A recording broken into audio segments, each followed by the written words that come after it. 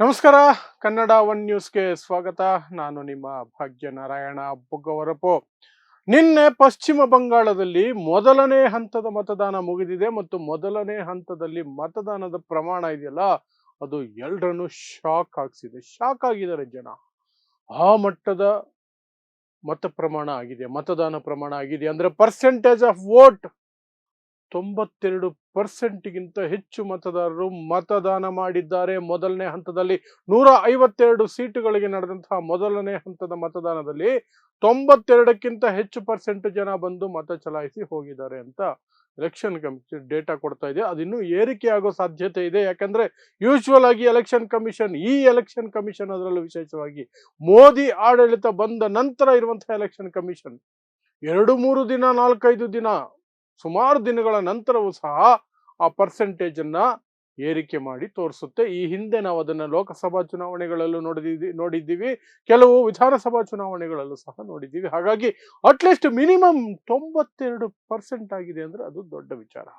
ಹಾಗಾದ್ರೆ ಈ ಅಪಾರ ಪ್ರಮಾಣದ ಮತದಾನ ಆಗಿದೆಯಲ್ಲ, ಅದು ಯಾರ ಕಡೆಗೆ ಒಲವಿರುವುದನ್ನ ತೋರಿಸುತ್ತೆ, ಅಥವಾ ಯಾರಿಗೆ ಪ್ಲಸ್ ಆಗ್ತಾ ಇದೆ, ಯಾರಿಗೆ ಮೈನಸ್ ಆಗ್ತಾ ಇದೆ, ಎಷ್ಟು ಸೀಟುಗಳು ಯಾರಿಗೆ ಬರಬಹುದು, ಯಾರು ಗೆದ್ದಿದ್ದಾರೆ ಮೊದಲನೇ ಹಂತದಲ್ಲಿ, ಯಾರು ಬಿದ್ದಿದ್ದಾರೆ ಅಥವಾ ಯಾರು ಸೋಲುಂಡು ಮುಂದಕ್ಕೆ ಹೋಗುವ ಸಾಧ್ಯತೆಗಳಿದಾವೆ, ಅದನ್ನ ನನ್ನ ವಿಶ್ಲೇಷಣೆಯ ಮೂಲಕ ತಿಳಿಸೋ ಪ್ರಯತ್ನ ಮಾಡ್ತೀನಿ. ನಾನು ಕಲೆ ಹಾಕಿರುವಂತಹ ಮಾಹಿತಿಯನ್ನು ಮುಂದಿಟ್ಕೊಂಡು ನಿಮ್ಗೆ ತಿಳಿಸುವಂತಹ ಪ್ರಯತ್ನವನ್ನು ಮಾಡ್ತೀನಿ. ಮೊದಲಿಗೆ ನಂಬರ್ಗಳನ್ನ ಹೇಳ್ಬಿಡೋಣ, ತುಂಬಾ ಹೊತ್ತು ಕಾಯಿಸೋದು ಬೇಡ. ಯಾರಿಗೆ ಎಷ್ಟು ಬರಬಹುದು 152 ಸೀಟುಗಳಲ್ಲಿ ನಿನ್ನೆ ಮತದಾನ ಆಯ್ತಲ್ಲ, ಅದರಲ್ಲಿ ಕೆಲವು ಅಂದಾಜುಗಳ ಪ್ರಕಾರ 60ರಿಂದ 70 ಸೀಟು ಬಿಜೆಪಿಗೆ ಬರಬಹುದು ಅಂತ ಹೇಳಲಾಗ್ತಿದೆ. 152ರಲ್ಲಿ 60ರಿಂದ 70 ಸೀಟು. ಉಳಿದಂತೆ ಟಿಎಂಸಿ ಪಕ್ಷಕ್ಕೆ 70ರಿಂದ 80 ಸೀಟು ಬರಬಹುದು ಅಂತ ಹೇಳಲಾಗ್ತಿದೆ. ಸೊ ಅಲ್ಲಿ ಸ್ಲೈಟ್ ಎಡ್ಜ್, ಸ್ವಲ್ಪ ಈ ಕಡೆಗೆ ವಾಲಿದೆ ರಿಸಲ್ಟ್, ಯಾರಿಗೆ, ಟಿಎಂಸಿ ಕಡೆಗೆ ಅನ್ನುವಂತಹ ಮಾಹಿತಿ ಬರ್ತಿದೆ.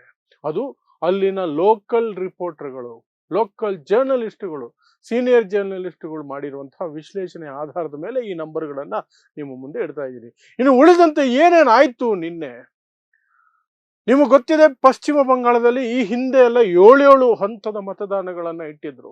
2021ರಲ್ಲಿ ಕೊರೋನಾ ಪೀಕಲ್ಲಿತ್ತು. ಕೊರೋನಾ ಪೀಕಲ್ಲಿದ್ದ ಸಂದರ್ಭದಲ್ಲಿಯೂ ಸಹ ಎರಡನೇ ಅಲೆ ಜನರನ್ನ ಸಾಯಿಸ್ತಾ ಇತ್ತು. ಆದರೂ 7 ಹಂತಗಳ ಮತದಾನನೇ ಇಟ್ಟಿದ್ರು.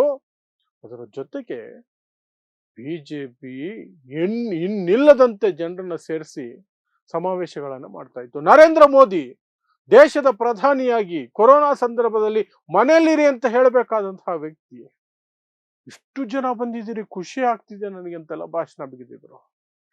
ಎಂಥ ಮನಸ್ಥಿತಿ ನೋಡಿ ಅದು. ರಾಜಕೀಯ ಲಾಭಕ್ಕೆ ಜನ ಸತ್ರು ಪರವಾಗಿಲ್ಲ ಅಂತ ಇರ್ಲಿ.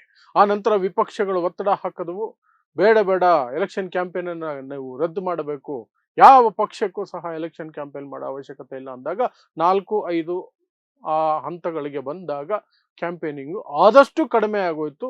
ಬೇರೆ ರೀತಿಯ ಕ್ಯಾಂಪೇನ್ ಅನ್ನು ಅವರು ನಡೆಸ್ಕೊಂಡ್ರು. ಮಾಧ್ಯಮಗಳ ಮೂಲಕ, ವಾಟ್ಸಪ್ ಮೂಲಕ, ವಿಡಿಯೋಗಳ ಮೂಲಕ ಬೇರೆ ಏನೇನೋ ಮಾಡ್ಕೊಂಡ್ರು. ಓಕೆ. ಸೊ ಆ ಸಂದರ್ಭದಲ್ಲಿ 7 ಹಂತ, ಕೊರೋನಾ ಸಮಯದಲ್ಲೇ 7 ಇತ್ತು.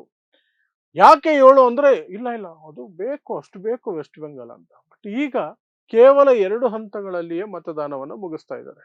ಸೊ ಈಗ ಮಾಡ್ತಿರೋ ಸರಿನಾ, ಆಗ ಮಾಡಿದ ಸರಿನಾ? ಎರಡೂ ಒಂದೇ ಸರ್ಕಾರದ ಅಡಿಯಲ್ಲಿರುವಂತಹ ಎಲೆಕ್ಷನ್ ಕಮಿಷನ್ ಹೇಳ್ತಿರುವಂತಹದ್ದು. ಅಂದ್ರೆ ಒಂದೇ ಸರ್ಕಾರದ ಅವಧಿ. ಯಾವುದು? ಕೇಂದ್ರದಲ್ಲಿ ನರೇಂದ್ರ ಮೋದಿ ಸರ್ಕಾರ ಇದ್ದಾಗ ಆಗಿನ ಎಲೆಕ್ಷನ್ ಕಮಿಷನ್ ಇದೇ ಮೋದಿ ಸರ್ಕಾರ ಇದ್ದಾಗ್ಲೂ ಹೇಳಿದ್ದು 7 ಹಂತ ಬೇಕೇ ಬೇಕು, ಅದಕ್ಕಿಂತ ಕಡಿಮೆ ಇಲ್ಲ, ಆಗಲ್ಲ ಅಂತ.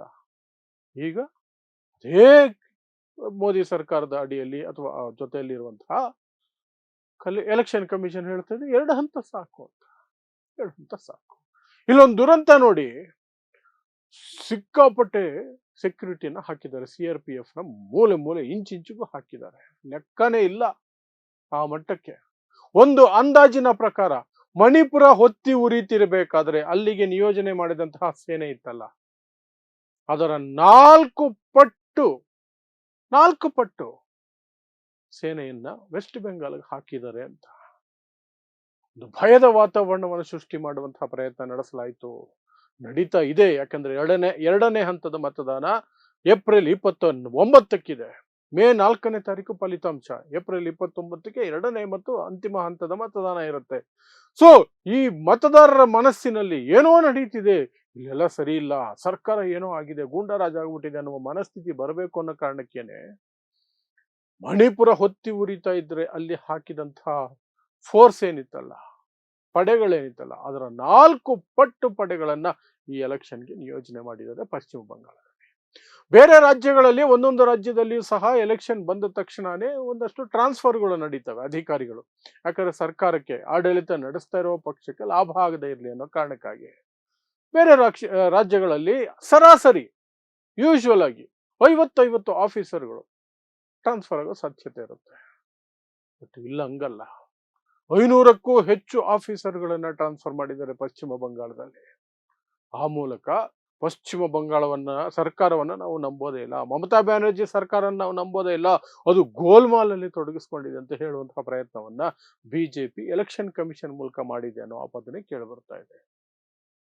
ಇನ್ನು 2021ರಲ್ಲಿ ನರೇಂದ್ರ ಮೋದಿಯ ಆ ಗಲೀಜು ಡೈಲಾಗ್ ಇತ್ತಲ್ಲ, ತುಂಬಾ ಕೆಟ್ಟ ಕೊಳಕ ರೀತಿಯಲ್ಲಿ ಮಮತಾ ಬ್ಯಾನರ್ಜಿ ಅವರನ್ನ ಹೀಯಾಳಿಸಿದ್ದು, ದೀದಿ ಓ ದೀದಿ, ದೀದಿ ಓ ದೀದಿ ಅಂತ. ಆ ಕೆಟ್ಟ ಕೊಳಕ ಸಂಸ್ಕೃತಿಯನ್ನ ಈ ಬಾರಿ ಅಮಿತ್ ಶಾ ಮುಂದುವರಿಸಿದ್ದಾರೆ. ಹೋದ್ಸಲ ಜನಕ್ಕೆ ಅದಕ್ಕೆ ಸರಿಯಾದ ಕಪಾಳ ಮೋಕ್ಷ ಮಾಡಿದ್ರು. 70 ಸೀಟುಗಳಿಗೆ ಅವ್ರದ್ದು ಟುಸ್ಸಾಗೋಯ್ತು ಬಿಜೆಪಿದು. ಈ ಬಾರಿ ಅಮಿತ್ ಶಾ ಏನ್ ಮಾಡಿದ್ದು, ಮೊನ್ನೆ ಭಾಷಣ ಮಾಡ್ತಾ ಏಯ್ ದೀದಿ, ಅದರ ಜೊತೆಗೆ ಏಕವಚನದಲ್ಲಿ ಕಿವಿ ಕೊಟ್ಟು ಕೇಳು, ಕಿವಿ ಕೊಟ್ಟು ಕೇಳು. ಈ ಮಟ್ಟದ ತುಚ್ಛವಾದಂತಹ ಯಾವುದೋ ಲೋಕಲ್ ಬಾಡಿ ಎಲೆಕ್ಷನ್ಸ್ಗೆ ಯಾರೋ ಪುಡಿಗಳು ನಿಂತ್ಕೊಂಡು ಡೈಲಾಗ್ ಹೊಡಿತಾರಲ್ಲ, ಆ ಮಟ್ಟಕ್ಕೆ ದೇಶದ ಗೃಹ ಮಂತ್ರಿ ಹೋಗಿರೋದು. ಇನ್ನು ಪ್ರಧಾನಮಂತ್ರಿಗಳ ಬಾಯಿ ಏನು ಇದು ಬಾರಿ ಏನು ಮಹಾನ್ ಇದೇನಲ್ಲ, ಹಿಂದೂ ಮುಸ್ಲಿಂ ಹಿಂದೂ ಮುಸ್ಲಿಂ ಅಷ್ಟೇ. ಮುಸ್ಲಿಮರೆಲ್ಲ ನುಸುಳುಕೋರರೆ. ಈ ಗ್ಯಾಪ್ ಅಲ್ಲಿ ಈ ನುಸುಳುಕೋರರ ನೆಪ ಇಟ್ಕೊಂಡು ಲಕ್ಷಾಂತರ ಜನರನ್ನ ವೋಟರ್ಸ್ ಲಿಸ್ಟಿಂದ ಕಿತ್ತು ಬಿಸಾಕಿದ್ದಾರೆ. ಸುಮಾರು 27 ಲಕ್ಷ ಮತದಾರರು ತಮ್ಮ ಮತದಾನದ ಹಕ್ಕನ್ನ ಕಳ್ಕೊಂಡಿದ್ದಾರೆ. ಅದಕ್ಕೆ ಮರು ಅರ್ಜಿ ಸಲ್ಲಿಸೋದು ಅಥವಾ ಪರಿಶೀಲನೆಗೆ ಅವರಿಂದ ಒಂದು ರಿಕ್ವೆಸ್ಟ್ ಪಡ್ಕೊಳ್ಳೋದಕ್ಕೂ ಯಾವುದಕ್ಕೂ ಸಮಯಾವಕಾಶನೇ ಇಲ್ಲ. ಹರಿಬರಿ ಮಾಡಿತ್ತು. ಸುಪ್ರೀಂ ಕೋರ್ಟ್ ಸಹ ಅದಕ್ಕೆ ಪೂರ್ತಿಯಾಗಿ ಸ್ಪಂದಿಸೋದಕ್ಕೆ ಸಾಧ್ಯ ಸ್ಪಂದಿಸಲಿಲ್ಲ. ಹಾಗಾಗಿ ಲಕ್ಷಾಂತರ ಜನ ಮತದಾನದಿಂದ ವಂಚಿತರಾಗಿದ್ದಾರೆ.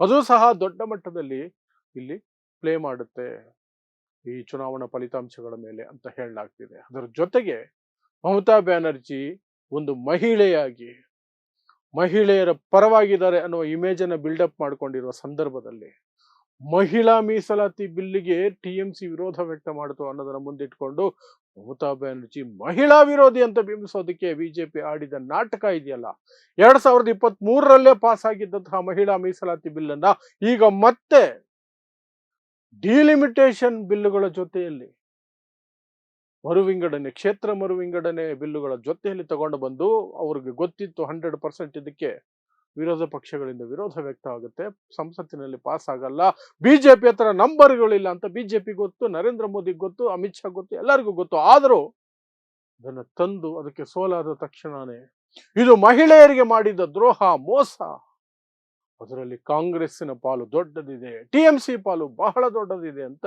ಈಗ ಅಲ್ಲಿ ಹೋಗಿ ಒಂದು ರೀತಿ ಭಾಷಣಗಳನ್ನ ಬಿಜೆಪಿ, ಅದರಲ್ಲೂ ವಿಶೇಷವಾಗಿ ಮಿಸ್ಟರ್ ನರೇಂದ್ರ ಮೋದಿ ಮಾಡ್ತಿದ್ದಾರೆ. ಇನ್ನು ಮಮತಾ ಬ್ಯಾನರ್ಜಿ ಒಂದು ಮಾತು ಹೇಳಿದ್ರು, ಬಿಜೆಪಿ ಏನಾದ್ರೂ ಅಧಿಕಾರಕ್ಕೆ ಬಂದ್ರೆ ನಿಮಗೆ ಮೀನು ತಿನ್ನೋಕು ಬಿಡಲ್ಲ, ಮೀನು ಮಾಂಸ ತಿನ್ನೋದಕ್ಕೆ ನಿಮಗೆ ಸಿಕ್ಕಾಪಟ್ಟೆ ತೊಂದರೆ ಕೊಡುತ್ತೆ ಅಂತ.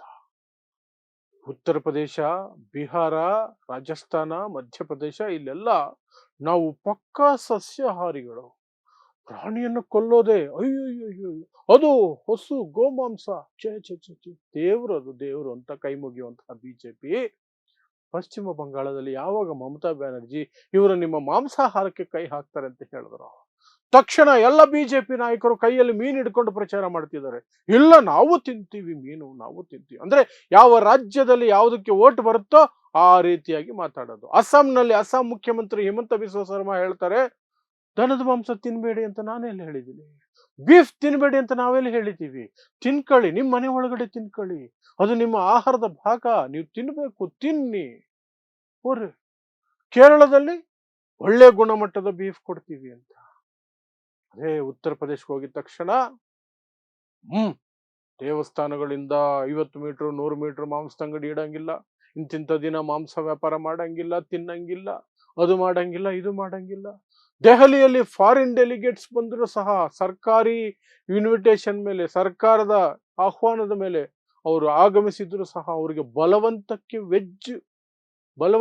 ವೆಜ್ ಫುಡ್ ಸರ್ವ್ ಮಾಡುವ ಕೆಲಸವನ್ನ ದೆಹಲಿಯಲ್ಲಿ ನೀಚತನದಲ್ಲಿ ಮಾಡ್ತಾ ಇದ್ದಾರೆ. ಆದರೆ ಪಶ್ಚಿಮ ಬಂಗಾಳದಲ್ಲಿ ಮೀನನ್ನ ಕೈಯಲ್ಲಿ ಹಿಡ್ಕೊಂಡು ಮೀನೂಟ ಮಾಡುವ ವಿಡಿಯೋಗಳನ್ನ ಅವರು ಬಿಜೆಪಿ ನಾಯಕರು, ಬಿಜೆಪಿ ಶಾಲು ಕೇಸರಿ ಶಾಲು ಹಾಕೊಂಡು ಮೀನ್ ತಿನ್ಕೊಂಡು, ಅನುರಾಗ್ ಠಾಕೂರ್ ಅಂತ ಅವರು ವಿಡಿಯೋ ಮಾಡ್ಕೊಂಡು ತಿನ್ಕೊಂಡು, ನಾವು ಮೀನ್ ತಿಂತೀವಿ, ನಿಮ್ಗೆ ಒಳ್ಳೆ ಮೀನು ಪ್ರೊವೈಡ್ ಮಾಡ್ತೀವಿ ಅಂತ. ಇಂಥ ಏನ್ ಲೆಕ್ಕಾಚಾರ ನೋಡಿ, ಇಂಥ ಲೆಕ್ಕಾಚಾರ ನೋಡಿ. ಸೊ ಅದು ಆ ನಾಟಕವೂ ಸಹ ವೆಸ್ಟ್ ಬೆಂಗಾಲ್ನ ನಡೀತಾ ಇದೆ. ಇದೆಲ್ಲ ನಾಟಕಗಳ ನಡುವೆ ಇಷ್ಟು ದೊಡ್ಡ ಪ್ರಮಾಣದಲ್ಲಿ ಮತದಾನ ಆಗಿದೆಯಲ್ಲ, ಯಾಕಾಗಿರಬಹುದು ಅನ್ನುವಂತಹ ಪ್ರಶ್ನೆ ಬರುತ್ತೆ. ಆ ಪ್ರಶ್ನೆ ಬಂದಾಗ 2 ಕಾರಣಗಳು ಅಲ್ಲಿ ಬರೋ ಸಾಧ್ಯತೆಗಳಿದ್ದಾವೆ, ಅಥವಾ ಸಾಧ್ಯತೆಗಳು 2 ಇದ್ದಾವೆ. ಒಂದು, ಮುಸ್ಲಿಮರು ಒಬ್ಬರು ಸಹ ನಾವು ವೋಟ್ ಹಾಕದೆ ಮಿಸ್ ಮಾಡಲೇಬಾರ್ದು. ನಮ್ಮನ್ನ SIR ಮೂಲಕ ಇವತ್ತು ಎಲೆಕ್ಷನ್ ಲಿಸ್ಟ್ ಇಂದ ಆಚೆ ತೆಗೆದಿದ್ರೆ ನಾಳೆ ದೇಶದಿಂದನೇ ಹೊರಗೆ ಹಾಕಿದ್ರು ಹಾಕ್ಬಿಡ್ತಾರೆ. ಹಾಗಾಗಿ ಬಿಜೆಪಿ ವಿರುದ್ಧ ನಾವು ಮತ ಚಲಾಯಿಸಲೇಬೇಕು, ಒಬ್ರು ಮನೆಯಲ್ಲಿ ಇರಬಾರ್ದು, ಎಲ್ಲರೂ ವೋಟ್ ಹಾಕಿ ಅನ್ನುವ ನಿರ್ಧಾರಕ್ಕೆ ಮುಸ್ಲಿಂ ಸಮುದಾಯ ಬಂದಿರುವ ಎಲ್ಲ ಸಾಧ್ಯತೆಗಳು ಇದೆ. ಈ ಕಡೆ ಹಿಂದೂ ಸಮುದಾಯಗಳು ಅಷ್ಟೇನೆ, ಅಥವಾ ಹಿಂದುತ್ವದ ಹೆಸರಿನಲ್ಲಿ ಹಿಂದೂ ಸಮುದಾಯದಲ್ಲಿ 40%ಗಿಂತ ಹೆಚ್ಚು ಜನ ಮಮತಾ ಬ್ಯಾನರ್ಜಿಗೆ ವೋಟ್ ಹಾಕ್ತಾರೆ. ಉಳಿದಂತೆ ಹಿಂದುತ್ವದ ನಶೆಯಲ್ಲಿರುವಂತಹ ಒಂದಷ್ಟು ಜನ, ಮುಸ್ಲಿಂ ದ್ವೇಷದಲ್ಲಿರುವಂತಹ ಒಂದಷ್ಟು ಜನ ಬಿಜೆಪಿಗೆ ವೋಟ್ ಹಾಕುವ ಮನಸ್ಥಿತಿಯವರು ಯಾರಿದ್ದಾರೆ, ಅವರು ಸಹ ನಾವು ಒಬ್ಬರು ಸಹ ಮಿಸ್ ಮಾಡಬಾರ್ದು, ಪ್ರತಿಯೊಬ್ಬರು ವೋಟ್ ಹಾಕಬೇಕು ಅನ್ನುವಂತಹ ಅವ್ರ ಮನಸ್ಥಿತಿಯನ್ನು ಸಹ ಗಟ್ಟಿ ಮಾಡಿಕೊಂಡು ಈ ಬಾರಿ ವೋಟ್ ಹಾಕಿರೋ ಸಾಧ್ಯತೆಗಳಿದ್ದಾವೆ. ಆ ಕಾರಣಕ್ಕಾಗಿ 92%ಗಿಂತ ಹೆಚ್ಚಿನ ಮತದಾನ ಆಗಿದೆ. ಅದು ಇನ್ನೂ ಏರಿಕೆ ಆಗುವಂತಹ ಎಲ್ಲ ಲಕ್ಷಣಗಳು ಕಾಣ್ತಾ ಇದ್ದಾವೆ. ಸೊ 2ನೇ ಹಂತದಲ್ಲೂ ಅದೇ ರೀತಿ ಆಗುತ್ತಾ ಗೊತ್ತಿಲ್ಲ, ಕಾದು ನೋಡೋಣ. ಬಟ್ ಅವತ್ತು ಎಕ್ಸಿಟ್ ಪೋಲ್ಗಳು ಸಹ ಬರ್ತವೆ. ಆ ಎಕ್ಸಿಟ್ ಪೋಲ್ಗಳನ್ನು ಸಹ ನಿಮ್ಮ ಮುಂದೆ ಇಡುತ್ತಾ 2ನೇ ಹಂತದ ಮತದಾನದಲ್ಲಿ ಏನಾಯ್ತು ಅಂತ ಏಪ್ರಿಲ್ 29ನೇ ತಾರೀಕು ತಿಳಿಸುವಂತ ಪ್ರಯತ್ನವನ್ನು ಮಾಡ್ತೀನಿ ಅಷ್ಟೇ. ಸೊ ನೋಡ್ತಾ ಇರಿ ಸಮ ಸಮಾಜಕ್ಕಾಗಿ ಕನ್ನಡ 1 ನ್ಯೂಸ್. ನಮಸ್ಕಾರ.